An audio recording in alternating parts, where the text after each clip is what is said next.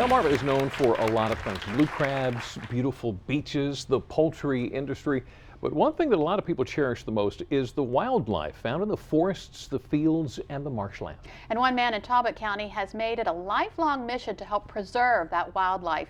He's a falconer. Falconry is an ancient sport that, as I found out, starts with a healthy respect for what's known as the circle of life.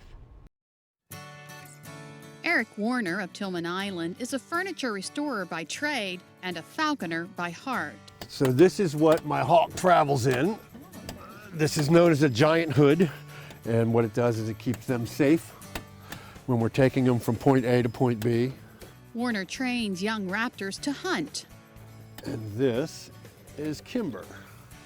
Kimber is a red-tailed hawk, born last spring and captured by Warner in November. Kimber is getting ready to hunt.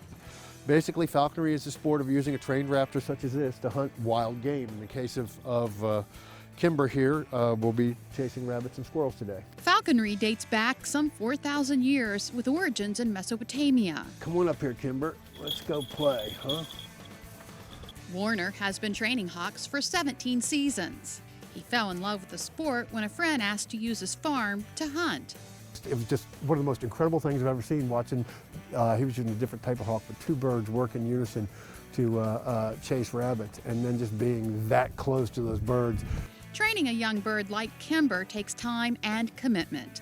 This time of year, about every other day, we go out for somewhere between 15 minutes and occasionally it's terrible. We're out for 2 hours.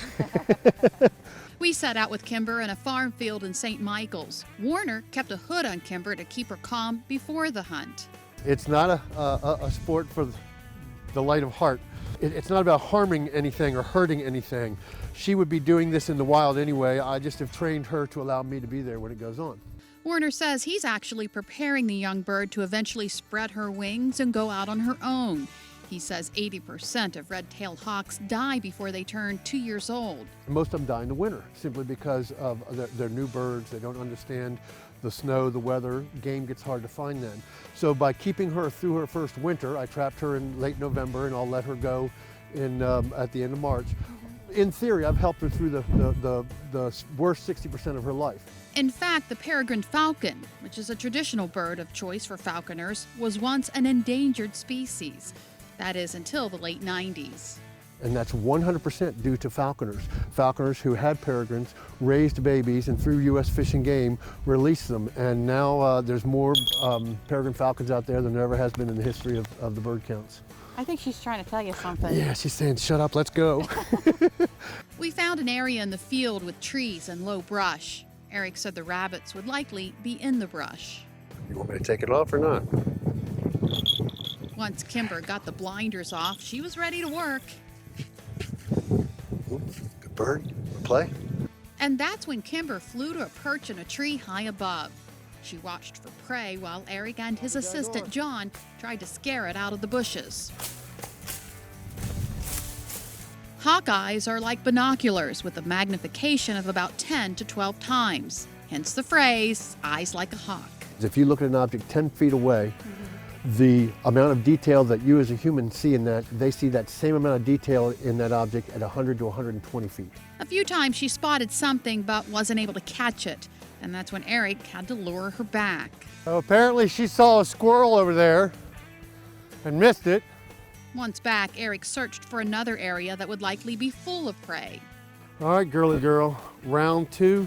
You gonna play nice this time? Watching Eric talk to Kimber, there seemed to be a loving exchange, but Eric said it's not necessarily a two-way street. It is all based on one thought. I'm her meal ticket. That's all she knows. Still, it seemed it would be difficult to eventually set the bird free to the wild. First one was. 22 birds later, nah. You know, we know we've done them well. We've made sure they get balanced vitamins and really good meals. We exercise them.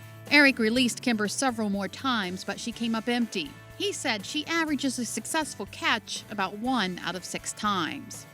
Eric says one problem could be the wind. When it's windy like this, Kimber feels less like hunting and more like soaring. Eventually, Kimber and Eric got tired and decided to call it a day. And even though Kimber came up empty, she was still rewarded for her hard work. You know what? You were a good bird. You were a good bird. Tear it up. Wait a minute, I'm playing And too. from the sounds of things, that's exactly what Kimber wants to do. And did you hear that squealing sound that Kimber was making? Well, it's the sound that young raptors make to tell their mothers to keep that food coming. Falconry is licensed through the Maryland Department of Natural Resources. Now, in order to become a falconer, you have to pass a test, and then you have to become an apprentice with another falconer, someone like Eric. Wow. Pretty interesting. How was that out there with him? It was cold. Oh, it was cold. It was very interesting. I enjoyed it a lot. Neat Yes. stuff. That is Yeah. awesome. Well, still ahead on Delmarva Live, Charlie Rose has been a household name in the world of broadcasting for decades. Usually he is the one who does the interviewing. Today, Paul's in our court. Brian Spiros goes one-on-one with Charlie Rose, and we learn some things that you may not know. And what do you know about shellfish? Well, we're in the kitchen a little later getting a lesson on oysters and clams. Delmarva Live, we'll be right back.